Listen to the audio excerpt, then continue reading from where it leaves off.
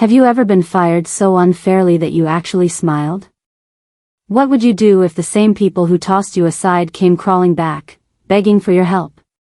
And what if you had the perfect plan to make them pay for every humiliating second? My name is Sylvie Harper, and this is the story of how I turned my worst day into their biggest nightmare. The conference room felt ice cold that Tuesday morning. Travis, our smug CFO, sat across from me with that fake smile he always wore before delivering bad news. Sylvie, we need to talk about your position here. His voice had that rehearsed tone that made my stomach drop. I'd seen him use it on others before. The way he folded his hands and avoided eye contact told me everything.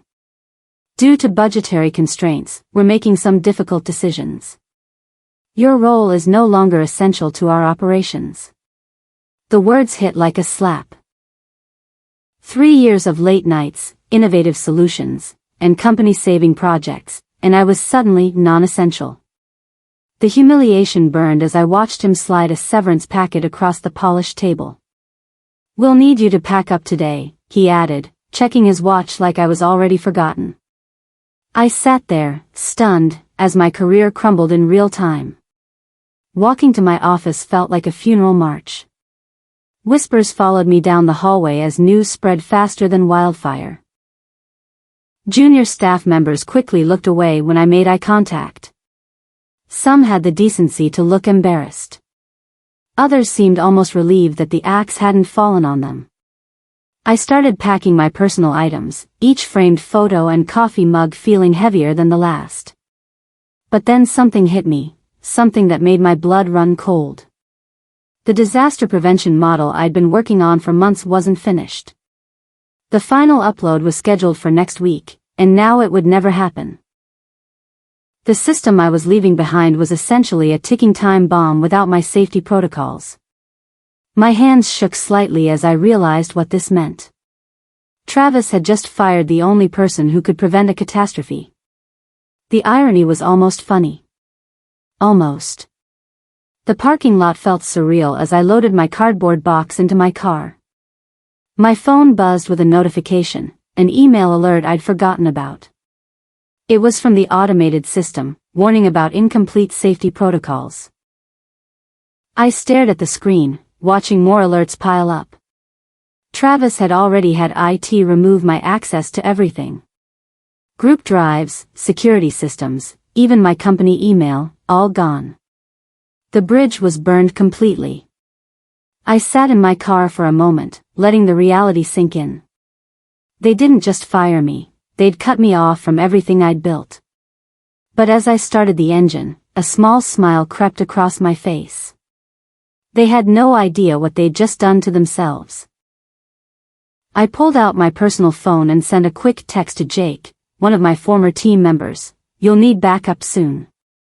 Then I drove home, already planning my next move. 48 hours. That's how long it took for my phone to ring with Travis's number flashing on the screen. I let it go to voicemail twice before finally answering on the third call. Sylvie. Hey, how are you doing?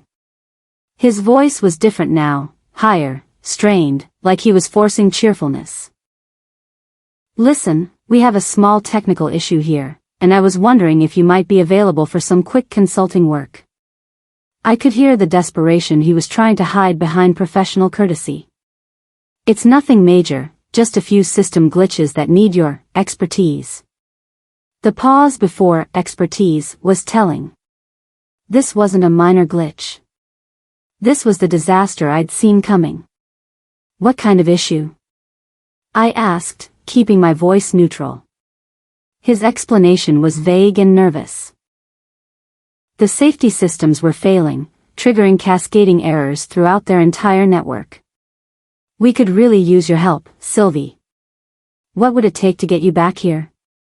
Triple your previous rate, Travis said without hesitation. The desperation in his voice was music to my ears. Triple rate for consulting work that would normally take weeks? He was panicking. I'll think about it, I replied calmly, enjoying every second of his discomfort. But here's what Travis didn't know. I already had other options. A week before he fired me, I'd reached out to Amanda Cross, my old mentor who was now VP at Sterling Solutions, our biggest competitor. I'd pitched her the same disaster prevention model in a casual coffee meeting, calling it preliminary research. She'd been intrigued, asking me to send over a formal proposal. After Travis fired me, I'd polish that proposal and send it off. That morning, as Travis was begging me to come back, I opened my email to find Amanda's response. The subject line read, "Formal proposal accepted, let's talk numbers." The timing couldn't have been more perfect. While Travis was offering me triple rate to fix his mess, Amanda was offering me a permanent position and equity in a company that actually valued innovation. I agreed to meet with Travis, but I wasn't going alone. "I'll need to bring my lawyer," I told him, savoring the silence that followed. "Just standard consulting protocol," I added sweetly. The meeting was set for Thursday morning in the same conference room where he'd fired me. When I walked in wearing my best suit with attorney Patricia Mills beside me, Travis's face went pale. He'd expected desperate Sylvie, grateful for scraps. Instead, he got power player Sylvie with legal backup. "Let's discuss terms," Patricia said, opening her briefcase. I watched Travis fidget as she laid out my requirements: full executive project control, unlimited system access, and complete autonomy over the repair process. "I'll also need access to your investor portal for transparency," I added casually. Travis's jaw dropped. These weren't consultant terms, these were executive demands. But with their system melting down by the hour, he didn't have a choice. "Fine," he said through gritted teeth. "Whatever it takes." Travis agreed to everything. Too quickly. Too easily. The speed of his acceptance told me everything I needed to know about how desperate they really were. This wasn't just a system glitch, this was a full-scale disaster that was costing them serious money. "Excellent," I said, shaking his sweaty hand. "I'll start Monday morning." But as I walked back to my car, my mind was already working on something completely different from what Travis expected. He thought he was hiring me to save his company. What he was actually doing was giving me the keys to document every mistake, every corner cut, every decision that had led to this moment. This wasn't going to be a rescue mission. This was going to be an investigation. And Travis had just given me unlimited access to conduct it. The hunter had become the hunted, and he didn't even know it yet. My real work was about to begin. Monday morning, I walked back into the building like I owned the place. My new access credentials worked perfectly. Executive-level clearance to everything.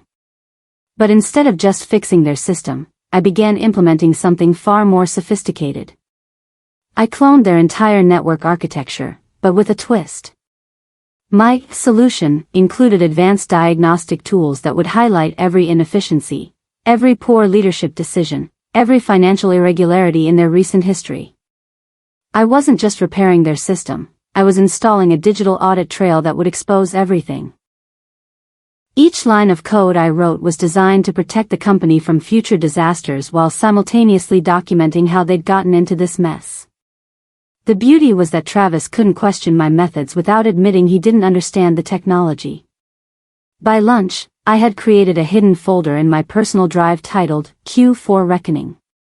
Everything I discovered would go there. The evidence was already mounting. Tuesday afternoon, my phone buzzed with a message from Jake, my former mentee who still worked in the analytics department. "Can we meet for coffee? I have something you need to know." We met at a small cafe 3 blocks from the office. Jake looked nervous, constantly checking over his shoulder. "Sylvie, there's something bad happening here. Really bad."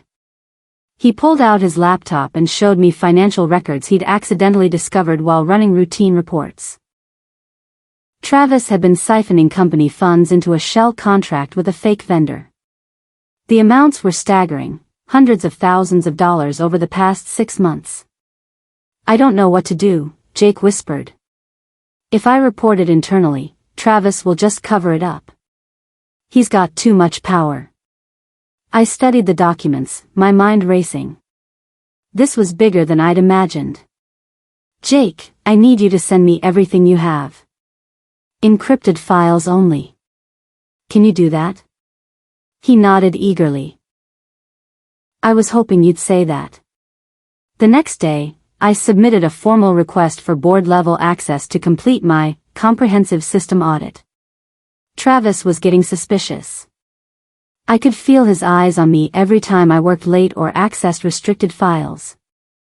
Thursday evening, he confronted me in the hallway. Sylvie, what exactly are you doing with all that late-night system access? His tone was casual, but his eyes were sharp. Just being thorough, I replied with a smile. You wanted the best possible solution, right? That requires understanding every component of your network. He nodded slowly, but I could see the paranoia growing behind his expression. The next morning, I arrived to find I'd been locked out of several directories. Travis was trying to limit my access without breaking our contract. But he'd made a crucial mistake. He didn't understand that I'd already mirrored everything I needed.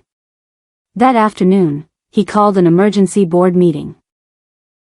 I wasn't invited, but I didn't need to be.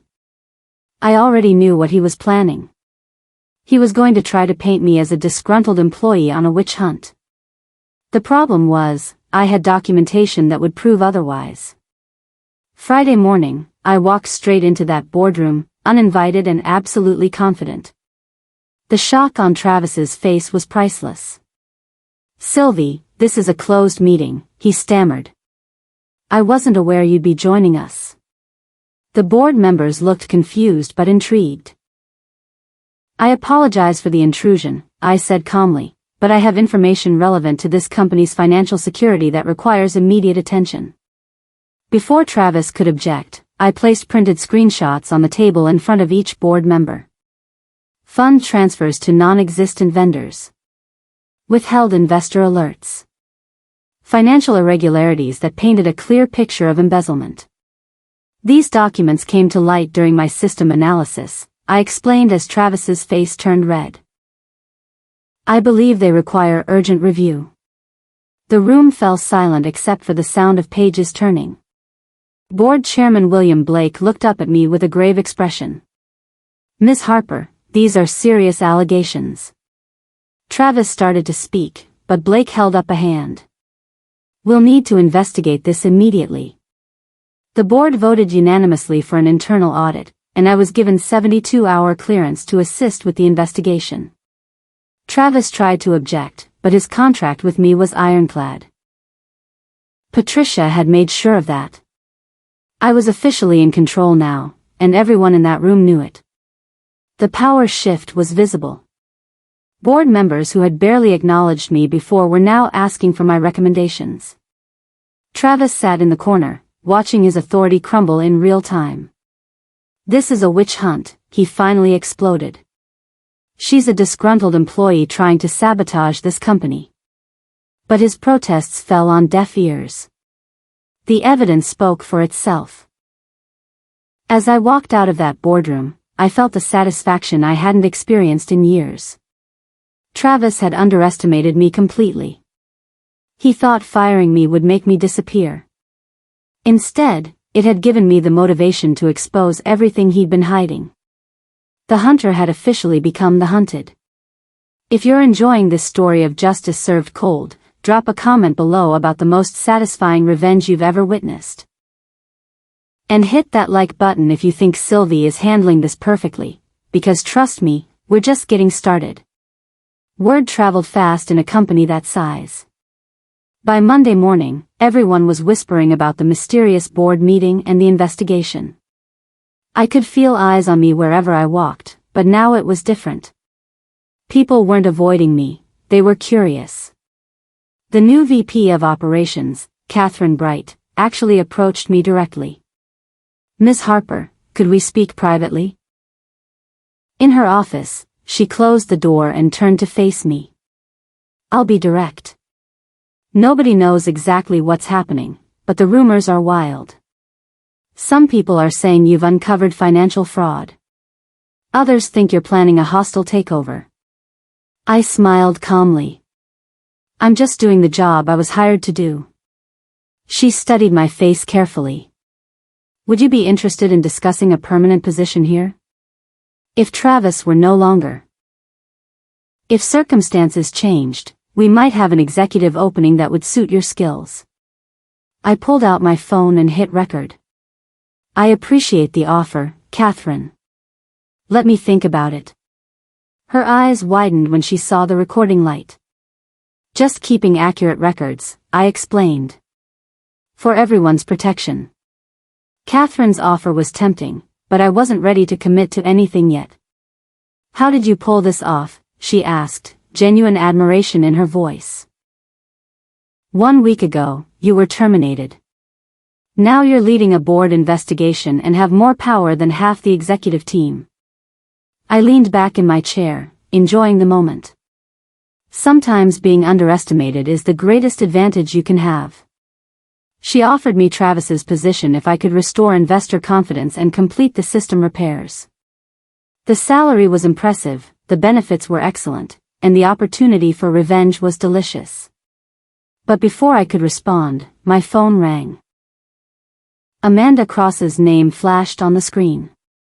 Excuse me, I need to take this. Amanda's voice was excited. Sylvie, I've got news.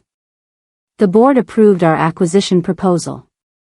We want to buy your disaster prevention system outright for $2.1 million. Full ownership, complete intellectual property transfer. My heart raced. What's the timeline?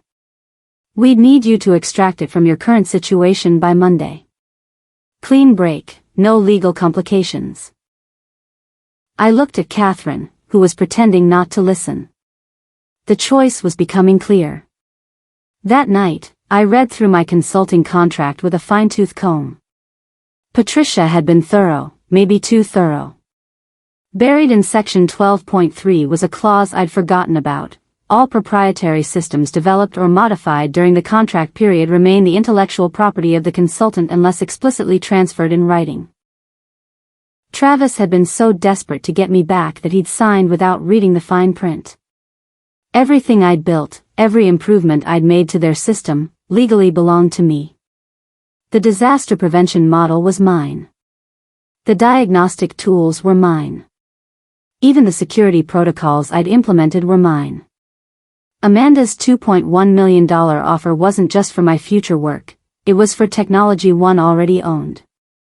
Travis had essentially paid me to develop a system I could sell to his competitors. The irony was beautiful. While I was planning my exit strategy, Travis was about to learn just how badly he'd miscalculated. Tuesday morning brought Travis's counterattack. He stormed into the board meeting armed with accusations and theories. Sylvie Harper fabricated this entire crisis to gain leverage over this company, he declared to the assembled board members. She's been manipulating our systems to create problems she could solve. This is corporate extortion. Some board members looked uncertain. His performance was convincing, and doubt started creeping into the room. Travis sensed the shift and pressed his advantage. Check her access logs. Look at the timing of these alleged discoveries. Everything points to deliberate sabotage disguised as heroic problem-solving. For a moment, I worried he might actually convince them. Then I remembered the recording I'd made 2 nights ago during his 2 a.m. panic attack outside the office.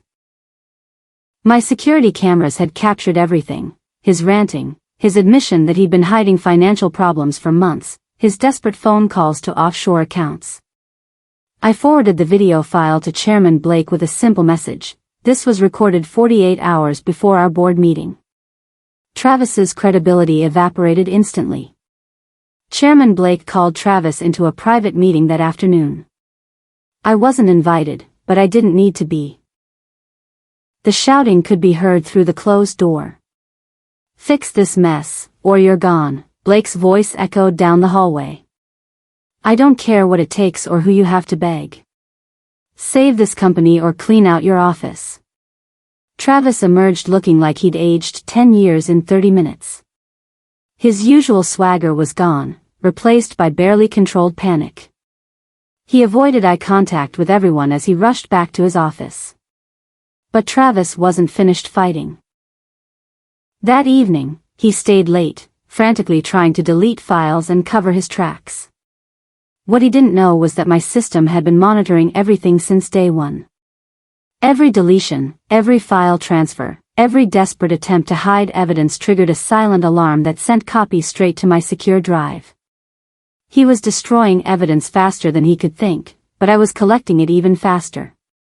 By morning, I had a complete record of his cover-up attempt. The noose was tightening, and Travis was pulling it tight himself. The audit team arrived Wednesday morning like digital detectives. They found Travis's shell contracts within hours, the fake vendor payments, the offshore account transfers, the missing audit trails that should have been impossible to lose. Everything led back to him. His desperate late-night deletion spree had actually made things worse by creating suspicious gaps in the financial records. Where are the Q3 compliance reports? The lead auditor asked during their morning briefing. Travis stammered through excuses about system upgrades and temporary file relocations.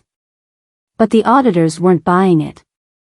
They'd seen this pattern before, the panic deletions, the missing documentation, the increasingly frantic explanations that made less sense each time. By lunch, they'd found enough evidence to recommend immediate suspension pending further investigation. HR Director Patricia Meadows approached Travis's office with a security guard and a simple request: "We'll need your company phone, laptop, and access cards." Effective immediately. Travis's empire was crumbling, and everyone in the building could feel it. Travis's final desperate move was to throw Jake under the bus. The junior analyst set me up, he screamed at anyone who would listen. He fabricated those financial records to frame me. This is all part of Sylvie's revenge plot. But Travis was 3 steps behind the game. Jake had already come forward with a full confession, not admitting guilt, but explaining how he discovered the irregularities and why he'd reached out to me. His testimony cleared both of us while providing devastating detail about Travis's operation. The timeline was perfect: Jake's discovery, his decision to contact me, my investigation, and Travis's panicked cover-up attempt. Everything fit together like pieces of a puzzle, and Travis was the only one who looked guilty.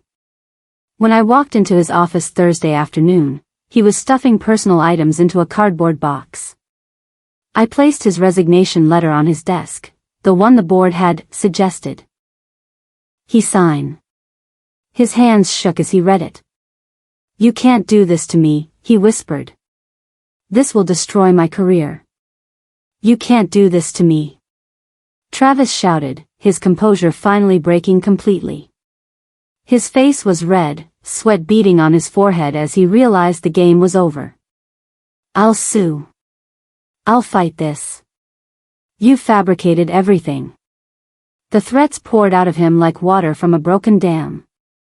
Legal action, defamation claims, appeals to mutual contacts. Anything to avoid accepting responsibility. Then came the pleading. "Sylvie, please. I have a family. A mortgage. This job is everything to me. I made mistakes, but we can work this out." His voice cracked with genuine desperation. But I'd heard enough. "Travis," I said calmly, looking him straight in the eye, "you did this to yourself. Every single decision that led to this moment was yours." I turned and walked toward the door, then paused. "You fired me to save money. Now you're losing everything to save face. The math doesn't work out, does it?" I left him there with his cardboard box and his resignation letter, knowing this was the last time we'd ever speak as equals. The board offered me Travis's position that Friday morning. Full executive control, significant equity package, substantial salary increase, and the satisfaction of taking over from the man who'd tried to destroy me. Chairman Blake laid out the offer in detail. You've proven yourself capable of identifying problems, implementing solutions, and maintaining integrity under pressure. We'd be honored to have you lead our financial operations. The revenge would have been perfect. Travis's corner office, his executive parking space, his authority, all of it handed to me on a silver platter. I could have made his former employees address me as the boss he'd never deserved to be. But as I sat in that boardroom, looking at faces that had allowed Travis to operate unchecked for months, I realized something important. I appreciate the offer, I said finally. But I'm not here to clean up other people's messes anymore. The silence in the room was deafening. They'd expected gratitude, acceptance, maybe even celebration. Instead, they got rejection from the woman they'd previously considered disposable. I left the building at exactly 4:59 p.m. that Friday, walking out into the late afternoon sun with a sense of completion I'd never experienced before. As I reached my car, my phone buzzed with news alerts. The press had broken the story. CFO resigns amid financial fraud investigation at tech firm. Travis's downfall was now public knowledge, his reputation destroyed as thoroughly as he'd tried to destroy mine. But I had one final move to make. Sitting in my car, I composed an email to the entire company. Board members, executives, and all the colleagues who'd watched me get fired without saying a word. The subject line read, "Thank you and new opportunities." The message was professional but pointed. I wanted to thank everyone for the learning experience. I'm excited to announce that I've sold my disaster prevention technology to Sterling Solutions, where I'll be leading their new innovation security division. I attached the press release Amanda had prepared announcing the acquisition. Then I hit send and drove away from my old life forever. The email bomb exploded across the company within minutes. Sterling Solutions wasn't just any competitor, they were the biggest threat to my former employer's market position. By selling my technology to them, I'd essentially armed their primary rival with tools specifically designed to outperform their systems. My phone started ringing immediately. Board members, executives, even some of my former colleagues called to express shock, anger, or grudging admiration. But I ignored them all. Instead, I checked my bank account and watched the $2.1 million deposit clear. The money was nice, but the satisfaction was priceless. Travis had fired me to save money on my salary. Now his decision had cost the company millions in lost technology and competitive advantage. The math was beautiful in its simplicity. His penny-wise, pound-foolish thinking had created the exact disaster he'd hoped to avoid. Amanda called to confirm the transfer was complete. "Welcome to Sterling Solutions, Sylvie. We're lucky to have you." For the first time in weeks, I smiled without any anger behind it. Monday morning, I walked into Sterling Solutions' downtown headquarters and took the elevator to the 15th floor. My new corner office had floor-to-ceiling windows overlooking the city skyline. The nameplate on my door read, "Sylvie Harper, Head of Innovation Security." The irony wasn't lost on me. I'd gone from being non-essential to heading an entire department in less than 2 weeks. Amanda stopped by to welcome me officially. "The board is thrilled about the acquisition," she said. "Your technology gives us a significant advantage in the security sector." As she spoke, my assistant brought in a stack of mail that had been forwarded from my old address. Most of it was junk, but one envelope caught my attention. The return address was Travis's home.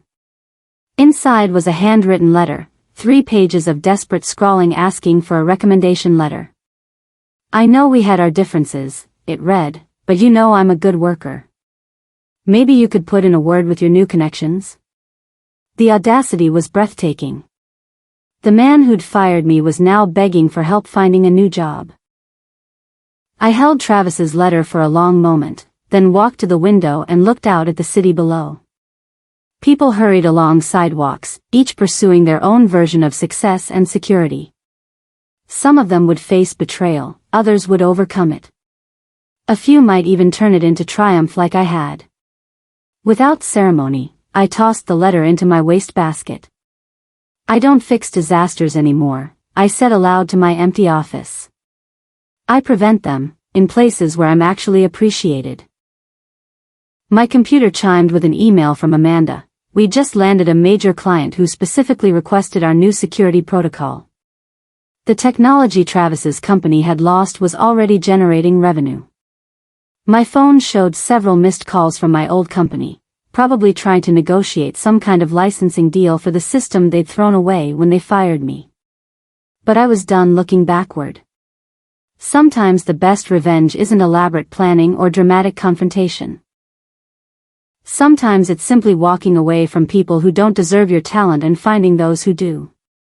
The smile on my face had nothing to do with Travis anymore. It was about the future I'd built from the ashes of his mistake. Have you ever turned your worst professional moment into your greatest success? Share your comeback story in the comments below. If you loved watching Sylvie's perfectly executed revenge, smash that like button and subscribe for more incredible stories of justice, karma, and people who refused to stay down when life knocked them over.